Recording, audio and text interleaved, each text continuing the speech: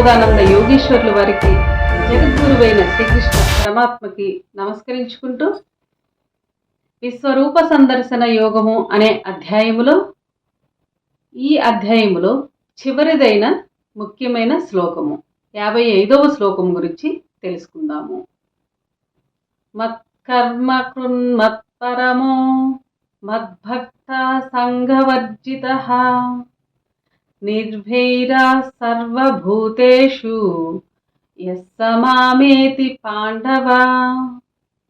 ఈ శ్లోకము భక్తి యోగము, బ్రహ్మయోగము, కర్మయోగము 3 యోగముల గురించి తెలియజేయబడిన శ్లోకము. భావము: ఎవడు నా కర్మల్నే ఆచరించుచున్నాడో, ఎవడు నా స్థానమునే ముఖ్యగతిగా తలంచుచున్నాడో, ఎవడు సంఘవర్జితుడో, ఎవడు సర్వభూతములందు వైరము లేనివాడై బ్రహ్మయోగి అయి ఉన్నాడో అతడు నన్ను పొందగలడు. వివరము: ఈ శ్లోకములో మత్కర్మ అనగా నా పనిని, కృత్ అనగా చేయువాడు, నా పనిని చేయువాడు అని పరమాత్మ చెప్పి ఉన్నాడు. పరమాత్మ పని ఏమిటని అనుకుంటే ఆయన అన్నీ చేయుచున్నాడు. పరమాత్మ పని ఏమిటి అనుకుంటే పరమాత్మ అన్నీ చేయుచున్నాడు. అన్ని పనులు ఆయనవేనని కొందరు అనవచ్చును. అన్నిటికీ కారణము ఆయనే అయినప్పటికీ అవి మనకు కనిపించకుండా, మనకు తెలియకుండా చేయునవి. వాటిని మనము లెక్కించకూడదు.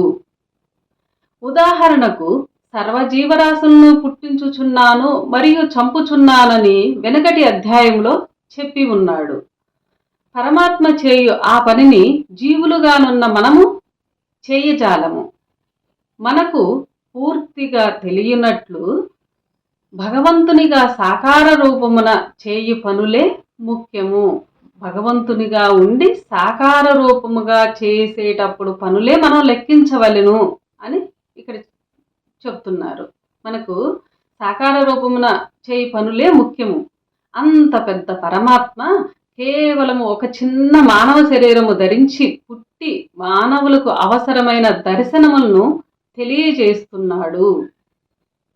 ధర్మములకు ముప్పు కలిగి అవి లేకుండా పోయినప్పుడు నేను పుట్టుదును అని అన్నాడు. అటువంటప్పుడు ఆయన జీవిత ధ్యేయమైన పని ధర్మములు తిరిగి నెలకొల్పటమే. ఇక్కడ నా పనిని అని దానినే చెప్పుచున్నాడు. ఈ శ్లోకంలో నా పనిని అని దానినే చెప్పుచున్నాడు. ఎవడైతే మాసిపోయిన ధర్మములను తెలియజేయుచున్నాడో వాడు పరమాత్మ పనిని చేసినట్లగును. ఆయన పనిని చేయువాడు పరమాత్మను పొందుటకు అవకాశము కలదని ఈ శ్లోకములో తెలియజేస్తున్నారు. ఇచ్చట కొందరికి ఒక ప్రశ్న పుట్టుటకు అవకాశము కలదు. అదేమనగా, పరమాత్మను చేరవలనంటే 2 మార్గములు అన్నారు కదా, మరి ఆ 2లో ఒకటి కర్మయోగము, రెండవది బ్రహ్మయోగమని మీరే చెప్పారు కదా. ఇప్పుడు ఏ యోగము కానటువంటి ఈ పనిని చేయటం వలన మోక్షము పొందవచ్చును అంటున్నారు కదా. అసలు పరమాత్మను చేరు మార్గములెన్ని ఉన్నవి? మొదట చెప్పినవి 2 లేక చాలా ఉన్నాయా అని ప్రశ్నించుకొని చూస్తే, ఇలా ప్రశ్నించటము వలన జ్ఞానాభివృద్ధి బాగా జరుగున అని స్వామివారు తెలియజేస్తున్నారు. స్వామివారు అభిప్రాయం కూడా. అనుమానం వచ్చినప్పుడు అర్జునుడు శ్రీకృష్ణుణ్ణి వదలక ప్రశ్నించాడు. ఇలా అనుమానం వచ్చినప్పుడు అర్జునుడికి శ్రీకృష్ణుణ్ణి వదలకుండా ప్రశ్నించాడు. అలాగున ఇక్కడ ఈ ప్రశ్న సర్వసమ్మతము. దానికి జవాబు ఏమనగా, పరమాత్మను చేరుటకు మార్గములు 2 ఇప్పుడు కూడా చెప్పుచున్నాము. అందరికీ యోగ్యమైనవి 2 మార్గములు. అందరికీ యోగ్యము కానిది, అందరికీ సాధ్యము కానిది ఒక మార్గం ఉన్నది. అది దొడ్డి దారిలాగా పరమాత్మను చాలా తొందరగా చేర్చున్నది. అది దొడ్డిదారిలాగా పరమాత్మను చాలా తొందరగా చేర్చున్నది. ఇది మనసు నిలపటము కంటే కూడా దుస్సాధ్యమైనది ఈ మార్గము. అందువలన పరమాత్మ గీతలో కూడా ముందు 2 మార్గములని తెలియచేసి తరువాత సందర్భానుసారముగా దీనిని చెప్పాడు పరమాత్మ. ఈ విషయము అనగా మూడవ దాని విషయము 6వ అధ్యాయమైన విజ్ఞాన యోగములో 19వ శ్లోకము అందు తెలియచేశారు. ఈ విషయముని 6వ అధ్యాయములోనే 3వ దారి తెలియబరచటమైనది. ఇది చాలా దగ్గర దారి కనుక సూక్ష్మంలో మోక్షము అంటున్నాము. ఇది దొడ్డిదారి లాంటిది, దగ్గర దారి లాంటిది. అందుకని దీనిని సూక్ష్మంలో మోక్షము అని అంటున్నారు. నిజముగా ఇది కర్మ బ్రహ్మయోగము లాంటిది కాదు.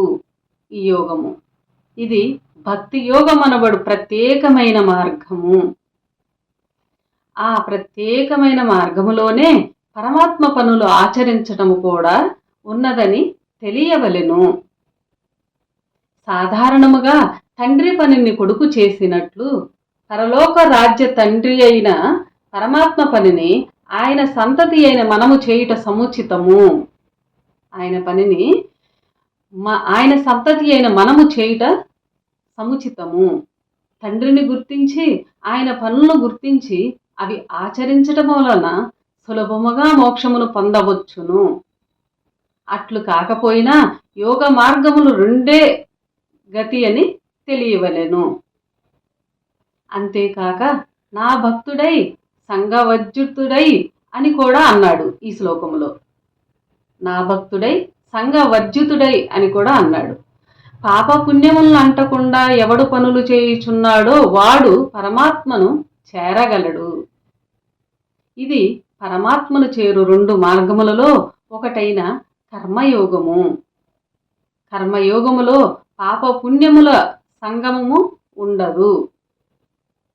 కర్మల సంగమును వదలిని వాడు పరమాత్మను చేరుననటయే కాక ఈ శ్లోకములో మరొక మాట కూడా అన్నాడు. కర్మల సంగమమును వదలని వాడు పరమాత్మను చేరుననటయే కాక ఈ శ్లోకములో మరొక మాట కూడా అన్నాడు. ఇక్కడ సర్వభూతములకు వైరము లేనటువంటి వాడు నన్ను చేరగలడు. ఈ మాట 2వ మార్గమైన బ్రహ్మయోగమునకు సంబంధించినది. బ్రహ్మయోగములో సర్వజీవులకు సమానమైన ఆత్మానుభవమును పొందుచున్నాడు. ఆ సమయంలో వాడు ఏ జీవరాశికి శత్రువు కానటువంటి ఆత్మతో సంబంధపడి ఉన్నాడు. అటువంటి బ్రహ్మయోగము ఆచరించువాడు సర్వజీవులకు వైరము లేనటువంటి వాడని కూడా తెలియాలి.